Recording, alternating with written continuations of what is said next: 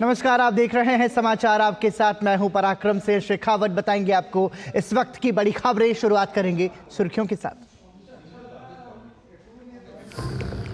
छत्तीसगढ़ में नक्सलवाद पर एक और बड़ा प्रहार। गरियाबंद में 1 करोड़ रुपए की इनामी जयराम उर्फ चलपति समेत मुठभेड़ में 23 नक्सली ढेर। मुख्यमंत्री विष्णुदेव साय ने कहा, प्रधानमंत्री के नक्सलवाद के खात्मे के संकल्प को करेंगे पूरा। दिल्ली विधानसभा चुनाव में सभी दलों ने झोंकी ताकत। भाजपा ने जारी किया संकल्प पत्र का दूसरा भाग, युवाओं पर फोकस। कहा, सरकारी शिक्षण संस्थानों में जरूरतमंद छात्रों को केजी से पीजी तक देंगे मुफ्त शिक्षा।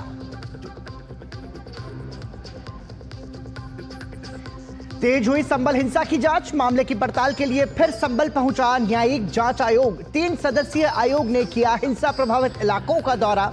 घटना से संबंधित लोगों के बयान भी किए दर्ज। विश्व बैंक की तटस्थ विशेषज्ञ समिति ने सिंधु जल विवाद पर भारत के रुख का किया समर्थन। भारत के दृष्टिकोण को सही ठहराया। भारत ने किया फैसले का स्वागत। और राष्ट्रपति का पद संभालते ही डोनाल्ड ट्रंप के लिए धुआंधार फैसले। WHO से बाहर निकलने के आदेश समेत करीब 80 कार्यकारी आदेशों पर किए हस्ताक्षर। 12 महीने में WHO से अलग हो जाएगा अमेरिका।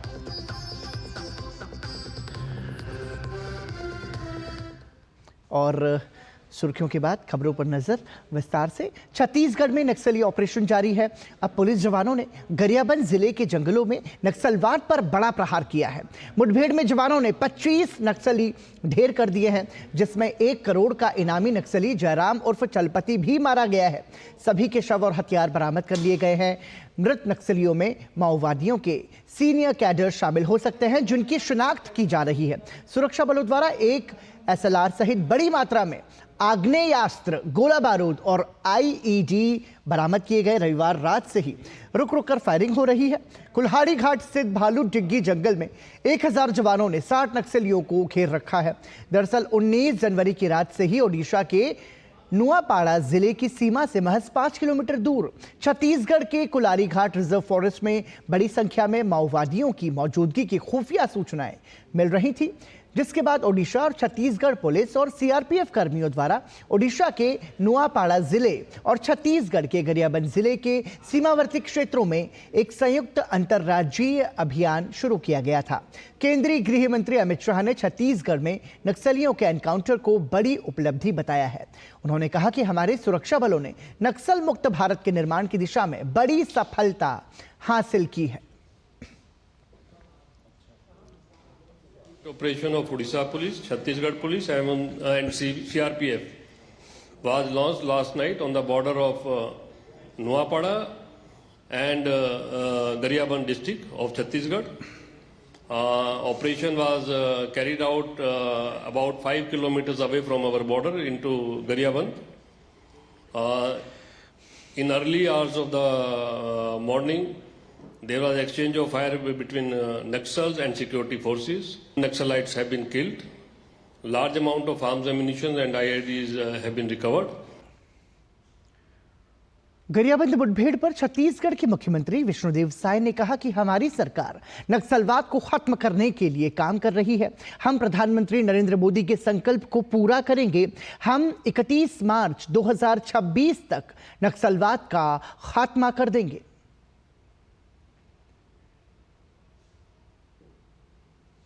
गरियाबंद जिले के मैनपुर थाना के अंतर्गत कुल्हाड़ी घाट में माओवादियों के साथ हमारे सुरक्षा बलों का मुठभेड़ हुई है और अभी तक 1 दर्जन से अधिक माओवादियों के मारे जाने की सूचना मिली है और 1 हफ्ते के अंदर ही ये 2 बड़ी मुठभेड़ नक्सलियों के साथ हुई है और हमारे जवानों को भारी सफलता मिली है और हमारी सरकार नक्सलवाद के ताबूत पर आखिरी कील ठोकने का काम कर रही है। हमारे देश के यशस्वी प्रधानमंत्री और आदरणीय गृह मंत्री जी का जो संकल्प है उसका वो पूरा करेंगे और मैं हमारे सुरक्षा बल के जवानों की अदम्य साहस को नमन करता हूं और उनकी मैं भूरी भूरी प्रशंसा करता हूं।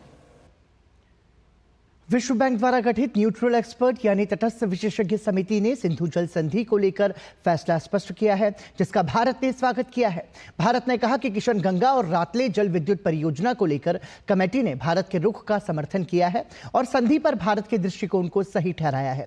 विशेषज्ञों को भेजे गए सभी 7 प्रश्न संधि के तहत भारत की माने गए हैं। ये कमेटी साल 2022 में बनाई गई थी। न्यूट्रल एक्सपर्ट के ये फैसले विवाद को सुलझाने में मददगार होंगे और अंतिम फैसले पर भी इनका प्रभाव पड़ेगा। पाकिस्तान ने जल विद्युत परियोजनाओं के डिजाइन को लेकर आपत्ति उठाई थी। फिलहाल भारत ने फैसले का स्वागत किया है और कहा है कि न्यूट्रल एक्सपर्ट की कार्रवाई में वो हिस्सा लेता रहेगा जब तक मतभेद दूर नहीं हो जाते। इसके अलावा वो किसी अन्य अवैधानिक कोर्ट से प्रोसीडिंग में इस मुद्दे को मान्यता नहीं देता। सिंधु जल संधि के तहत पूर्वी नदियों सतलुज, व्यास, रावी के पूरे जल का भारत बेरोक टोक इस्तेमाल कर सकता है और पश्चिमी नदियों सिंधु, झेलम और चनाब का मुख्य रूप से पाकिस्तान को आवंटित किया गया है। भारत और पाकिस्तान ने 9 साल की वार्ता के बाद 1960 में संधि पर हस्ताक्षर किए थे। इस पर विश्व बैंक ने भी हस्ताक्षर किए थे। ये संधि नदियों के इस्तेमाल के संबंध में दोनों देशों के बीच सहयोग और सूचना के आदान प्रदान का तंत्र स्थापित करती है।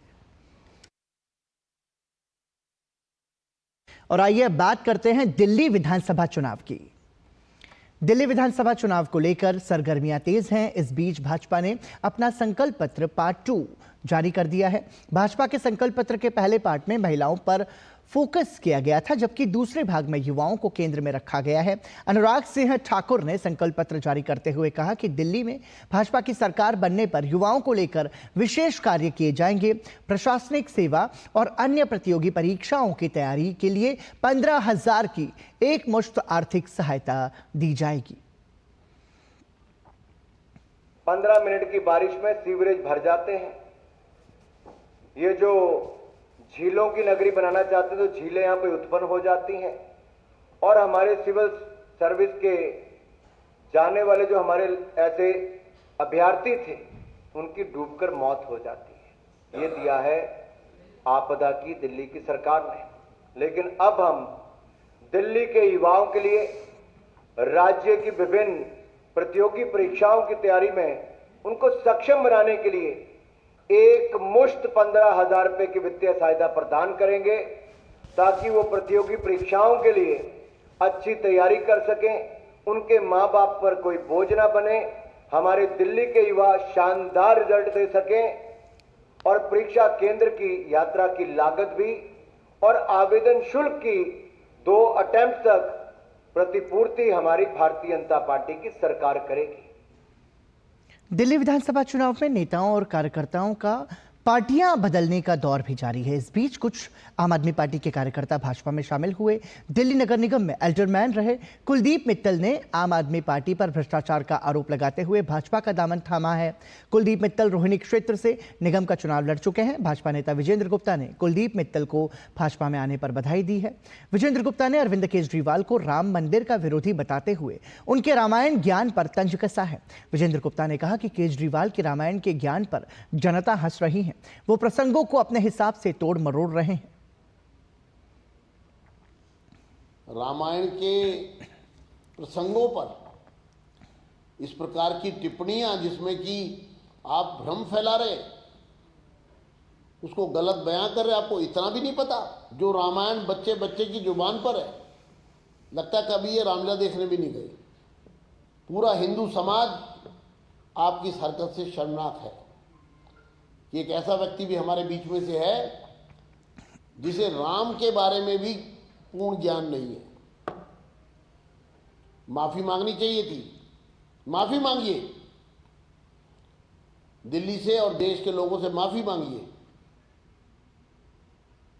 कुलदीप मित्तल के भाजपा में शामिल होने पर भाजपा नेता विजेंद्र गुप्ता ने कहा कि आम आदमी पार्टी एक डूबता जहाज है।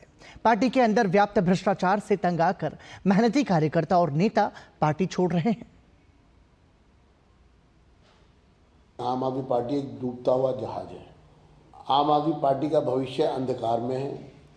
उसका कारण यह है कि उसका नेतृत्व स्वार्थ से भरा हुआ है।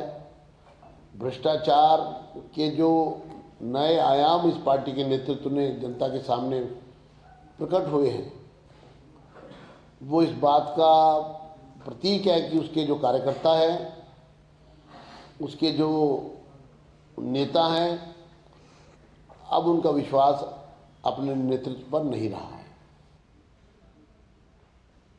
आम आदमी पार्टी के राष्ट्रीय संयोजक अरविंद केजरीवाल ने भाजपा पर निशाना साधा है। उन्होंने कहा कि दिल्ली में हमने शिक्षा मुफ्त कर दी है। केजरीवाल ने आरोप लगाया कि अगर भाजपा सत्ता में आई तो दिल्ली में मुफ्त शिक्षा बंद हो जाएगी। दिल्ली में हम लोगों ने शिक्षा मुफ्त कर दी। एक एक गरीब के बच्चे के लिए 18 लाख बच्चों के लिए शानदार शिक्षा का इंतजाम किया। अगर ये लोग आ गए तो मुफ्त शिक्षा बंद कर देंगे। और यहां रुक रहे हैं एक छोटे से ब्रेक के लिए। देखते रहिए डीडी न्यूज़।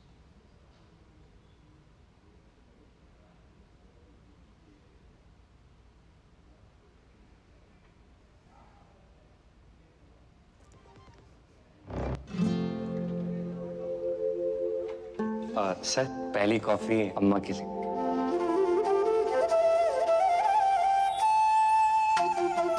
जब अपनों का साथ हो तभी होता है शुभ आरंभ। इसीलिए सिर्फ मुथूट फाइनेंस सदियों से देता आ रहा है और नई शुरुआत में अपनों जैसा भरोसा। Muthoot finance, India's number 1 most trusted financial services brand. तो गोल्ड लोन के लिए अभी फोन कीजिए 1-800-313-1212। जब धरती चीर कर निकलता है लोहे का पत्थर और मिलता है मोंगिया के जोश से, फिर तपता है, पिघलता है और बनता है फौलाद। अब होता है सरिया सारी खूबियों के साथ। मोंगिया स्टील, मजबूत देश का मजबूत सरिया। ब्रेक के बाद एक बार फिर आपका स्वागत। आप देख रहे हैं डीटी न्यूज़। स्विट्जरलैंड के दावोस में भारतीय उद्योग परिसंघ CII के सेशन में आंध्र प्रदेश के दौरान मुख्यमंत्री चंद्रबाबू नायडू ने भाग लिया। नायडू ने गरीबी, भुखमरी और अन्य सामाजिक मुद्दों से निपटने के लिए सार्वजनिक निजी भागीदारी PPP मॉडल से P4 मॉडल की दिशा में कदम बढ़ाने की वकालत की। P4 मॉडल का मतलब है सार्वजनिक, निजी और जन भागीदारी, जो सामाजिक और आर्थिक सुधारों के लिए महत्वपूर्ण मानी जाती है। कार्यक्रम में चंद्रबाबू नायडू ने CII के साथ मिलकर प्रतिस्पर्धा पर वैश्विक नेतृत्व केंद्र की स्थापना की भी घोषणा की। Originally, we used to work PPP model, P3 I can say, public-private partnership, either infrastructure, power or industry or education, everything. Now I am saying P4 model, public-private people partnership. It is everybody's responsibility. Society is giving everything for us. We are all here because of society. There is poverty. There are inequalities between haves and have-nots. It is growing. But ultimately, people as capital, zero poverty is the goal. How to reduce inequalities continuously. It is the responsibility of everyone. As policymakers, my responsibility. As corporate leaders, it is equally your responsibility. All of us will join together how to make India without any poverty. Equal opportunities, better living standards, that is our goal. Justice Devendra Kumar Upadhyay Delhi high court के नए chief justice बने। दिल्ली के उपराज्यपाल विनय कुमार सक्सेना ने राजभवन में आयोजित एक कार्यक्रम में उन्हें पद और गोपनीयता की शपथ दिलाई। जस्टिस देवेंद्र कुमार उपाध्याय अभी तक बॉम्बे हाई कोर्ट के चीफ जस्टिस के तौर पर कार्यरत थे। देवेंद्र कुमार उपाध्याय मूल रूप से उत्तर प्रदेश के अंबेडकर नगर के रहने वाले हैं। उन्होंने लखनऊ के कॉल्विन तालुकेदार कॉलेज से डिग्री प्राप्त की है। Justice Upadhyay Bombay high court के चीफ जस्टिस के तौर पर पदोन्नत होने से पहले इलाहाबाद हाई कोर्ट के न्यायाधीश थे। उत्तर प्रदेश की राजधानी लखनऊ में वक्फ संशोधन अधिनियम 2024 को लेकर जेपीसी की बैठक संपन्न हुई। बैठक के दौरान वक्फ संशोधन बिल पर मुस्लिम धर्मगुरुओं और संगठनों से सुझाव और आपत्तियां ली गई। बैठक में जेपीसी के अध्यक्ष जगदम्बिका पाल, जेपीसी के सदस्य असदुद्दीन ओवैसी समेत 11 सदस्य शामिल हुए। बैठक के बाद जगदम्बिका पाल ने कहा कि देश भर में वक्फ बोर्ड के खिलाफ मिल रही शिकायतों पर भी बैठक में गंभीरता से चर्चा की गई। अगले कुछ दिनों में समिति अपने विस्तृत रिपोर्ट सौंप देगी। मिसयूज हो रहा है वक्फ की प्रॉपर्टी का, लोग टोली कहीं बेच दे रहे हैं, जबकि वक्फ की प्रॉपर्टी मतलब गॉड के नाम पे होती है, कोई उसका ओनर नहीं रह जाता, उसे कोई बेच नहीं सकता। पूरे देश पे हम लोगों ने दौरा किया है, दिल्ली में भी हमने 34 बैठकें किया है और सैकड़ों की संख्या में हम सभी स्टेक होल्डर से मिले, इस्लामिक स्कॉलर से मिले हैं, सभी जगह हाई कोर्ट के लॉयर से मिले हैं, फॉर्मर जजेस से मिले हैं और मुझे उम्मीद है कि अब 24-25 को हम एक अच्छी सहमति के साथ एक इसके अमेंडमेंट पे रिपोर्ट बना करके हम सबमिट कर देंगे। जम्मू कश्मीर के राजौरी में रहस्यमयी बीमारी से पिछले दिनों 17 लोगों की मौत हो गई है। राज्य सरकार ने घटना की जांच के लिए टीमों का गठन किया है। केंद्र सरकार की टीम भी सैंपल इकट्ठा कर आगे की कार्रवाई कर रही है। स्वास्थ्य विभाग अन्य विभागों के साथ मिलकर ऐसी घटनाओं के पीछे के कारणों को समझने में लगा है। जम्मू कश्मीर के मुख्यमंत्री उमर अब्दुल्ला ने रहस्यमय मौतों के कारण उत्पन्न स्थिति का आकलन करने और प्रभावित परिवारों से मिलने के लिए मंगलवार को राजौरी के बधाल गांव का दौरा किया। राजौरी में रहस्यमयी मौतों पर मुख्यमंत्री उमर अब्दुल्ला ने कहा कि परीक्षण करने के बाद हमें कोई बैक्टीरिया या वायरस नहीं मिला है और अभी तक मौतों के कारणों का पता नहीं चला है। पहले हादसे की खबर आई उस दिन से लगातार हेल्थ डिपार्टमेंट की तरफ से तमाम टेस्ट किए गए और ये पाया गया कि फिलहाल जो हमारे पास जानकारी है कोई बैक्टीरिया या वायरस नहीं है। इस अफसोसनाक वाकया में डेथ्स हुए हैं, जिसमें ज़्यादातर बच्चे बच्चियां हैं। ये सारे 3 ख़ानदान के साथ ताल्लुक़ रखते हैं। हम ये इस्टेब्लिश नहीं कर पाए कि जो 17 कीमती जानें गई हैं इसके पीछे वजह क्या है। हिंदी सिनेमा के अभिनेता सैफ अली खान को 5 दिन बाद लीलावती अस्पताल से छुट्टी मिल गई। अस्पताल में 5 दिन तक इलाज कराने के बाद अब वो अपने घर पहुंच गए हैं। अस्पताल से छुट्टी के वक्त उनकी बेटी सारा अली खान और मां शर्मिला टैगोर भी मौजूद रहीं। सैफ की पत्नी करीना कपूर खान भी कुछ देर पहले अस्पताल पहुंची थी, लेकिन सैफ से मुलाकात के बाद वो सदगुरु शरण अपार्टमेंट स्थित घर के लिए रवाना हो गई। 15 जनवरी की रात करीब 2:30 बजे उन पर उनके ही घर में चाकू से हमला किया गया था। सैफ के गले और रीढ़ में गंभीर चोटें आई थी। इसके बाद सैफ ऑटो से लीलावती अस्पताल पहुंचे थे। बता दें कि 30 वर्षीय मोहम्मद शरीफुल इस्लाम शहजाद ने सैफ पर जानलेवा हमला किया था। पुलिस के मुताबिक मोहम्मद शहजाद बांग्लादेशी नागरिक है। मामले में रविवार की सुबह थाने के हीरानंदानी एस्टेट के पास एक लेबर कैंप की झाड़ियों से शहजाद पकड़ा गया था और वह अपनी पहचान बदलकर बिजॉय दास के रूप में रह रहा था। लोकसभा में विपक्ष के नेता राहुल गांधी हाल ही में दिए गए इंडियन स्टेट से लड़ने वाले बयान को लेकर मुश्किल में पड़ गए हैं। ये बयान राहुल गांधी ने दिया था। इस मामले में उनके खिलाफ असम में एक एफआईआर दर्ज कराई गई है। यह एफआईआर गुवाहाटी के पान बाजार पुलिस स्टेशन में एक वकील मंजीत चेतिया ने दर्ज कराई है। मंजीत चेतिया ने कहा है कि विपक्ष के नेता द्वारा दिया गया ये बयान बिल्कुल भी समझदारी भरा नहीं है। भारतीय राज्य के खिलाफ लोगों को भड़काना कानून की नज़र में जायज नहीं है। I have filed a FIR against Rahul Gandhi because he made a statement that he is fighting against the Indian state itself. That statement made by a leader of opposition is not at all sensible, and inside instigate the people to wage against Indian state is not at all permissible in the eye of law. And being an advocate and responsible citizen, I have filed this FIR before the Panbaza police station, and FIR was accordingly registered under section 152, 197D of BNS, and law will take its own course. और समाचार में रुक रहे हैं एक छोटे से विराम के लिए। बने रहिए हमारे साथ।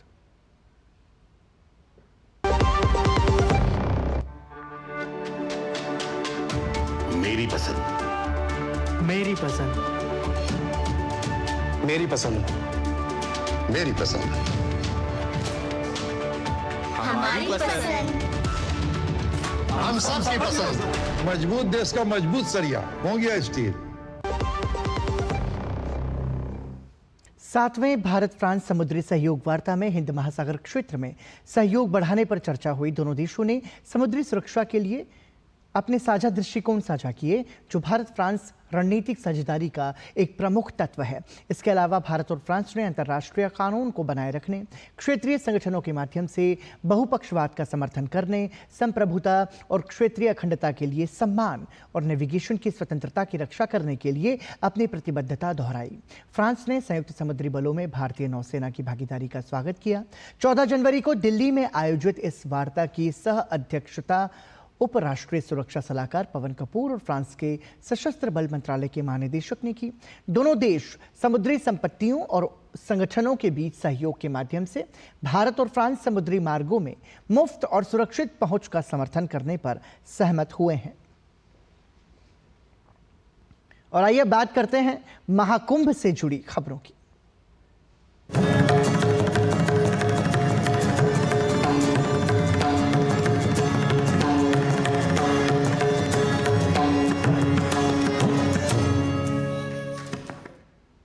भारत सरकार के न्याय और अधिकारिता मंत्रालय ने दूरस्थ बेस परंपरागत कारीगरों के लिए एक बाजार उपलब्ध कराया है। महाकुंभ मेले में देश के अलग अलग क्षेत्र के कारीगरों ने यहां अपने उत्पाद प्रदर्शित किए हैं। सरकार ने इन कारीगरों को प्रोत्साहन देकर बैंक से ऋण दिलाया है, जिससे ये अच्छा उत्पादन कर सके। उनके विशिष्ट उत्पाद सरकार के प्रयासों से बाजार तक पहुंच रहे हैं। लोग इन उत्पादों की खरीदारी में भी रुचि दिखा रहे हैं। इन कारीगरों का जीवन बदलने लगा है, क्योंकि बाजार में उनके उत्पाद बिक रहे हैं। सरकार का प्रयास है कि इन कारीगरों का हस्त निर्मित उत्पादन देश के बाहर दुनिया के सभी क्षेत्रों में बिके। इसको लेकर इन्हें ट्रेनिंग के साथ बैंकों से ऋण और अन्य सुविधाएं भी उपलब्ध कराई जा रही हैं। हम मंत्रालय के थ्रू आते हैं, तो ये जो अलग अलग स्टेट से लोग आए हुए हैं, हम इनको एक प्लेटफॉर्म देते हैं फिजिकली। अब हमने एक टूलिप पोर्टल लॉन्च किया है मंत्रालय में, जिससे हम इनको ऑनलाइन भी हम इनको सेलिंग का एक सेटअप दिया हुआ है। उससे ये ऑनलाइन भी अपना सेल कर सकते हैं। हमने अभी इनके 2-3 प्रोग्राम किए हैं, जिसमें हमें अच्छी खासी बढ़ोतरी मिली है। और इनकी जो फैसिलिटीज़ वगैरह हैं, वो वास्तव में किसी डिपार्टमेंट में किसी संस्था में नहीं है। आने जाने से TADA से लेके हर चीज़ की व्यवस्था हमें बढ़िया दी गई है, और यह इनके साथ रहने से हमारा व्यापार अच्छी उन्नति पे है। राज्यसभा सांसद सुधा मूर्ति सोमवार को त्रिवेणी तट पर आस्था की डुबकी लगाने प्रयागराज स्थित महाकुंभ क्षेत्र पहुंची। महाकुंभ क्षेत्र पहुंचने पर अपनी अपार खुशी व्यक्त करते हुए उन्होंने कहा कि वो उत्साहित, आशावान और बेहद खुश हैं। वो महाकुंभ क्षेत्र में 3 दिन प्रवास करेंगी। सुधा मूर्ति को सामाजिक कार्य के क्षेत्र में उनके योगदान के लिए 2023 में पद्म भूषण और 2006 में पद्मश्री से सम्मानित किया गया था।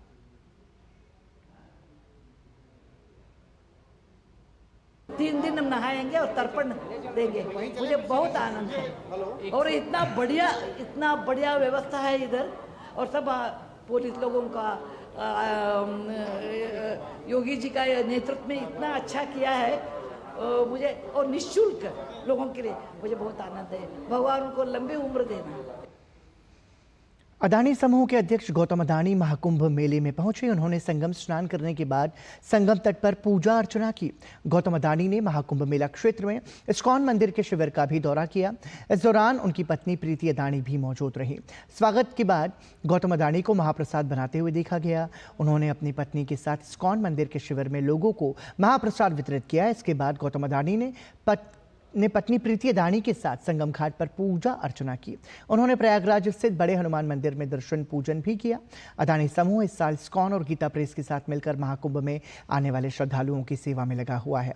इस्कॉन के साथ मिलकर अदानी समूह प्रतिदिन 1 लाख श्रद्धालुओं को महाप्रसाद का वितरण कर रहा है। मीडिया से उन्होंने महाकुंभ क्षेत्र में अपने अनुभव भी साझा किए। उन्होंने बताया कि कुंभ नगर पहुंचने के बाद उन्हें जो अनुभूति मिली है, उसका कोई मोल नहीं है। महाकुंभ क्षेत्र में श्रद्धालुओं के लिए की गई व्यवस्था के लिए उन्होंने उत्तर प्रदेश के मुख्यमंत्री योगी आदित्यनाथ और प्रधानमंत्री नरेंद्र मोदी का धन्यवाद भी किया। और इसी के साथ ही समाचार में अभी के लिए इतना ही, लेकिन देश और दुनिया की बाकी बड़ी खबरों के लिए आप देखते रहिए डीडी न्यूज़, क्योंकि ये भरोसा है सच का। नमस्कार।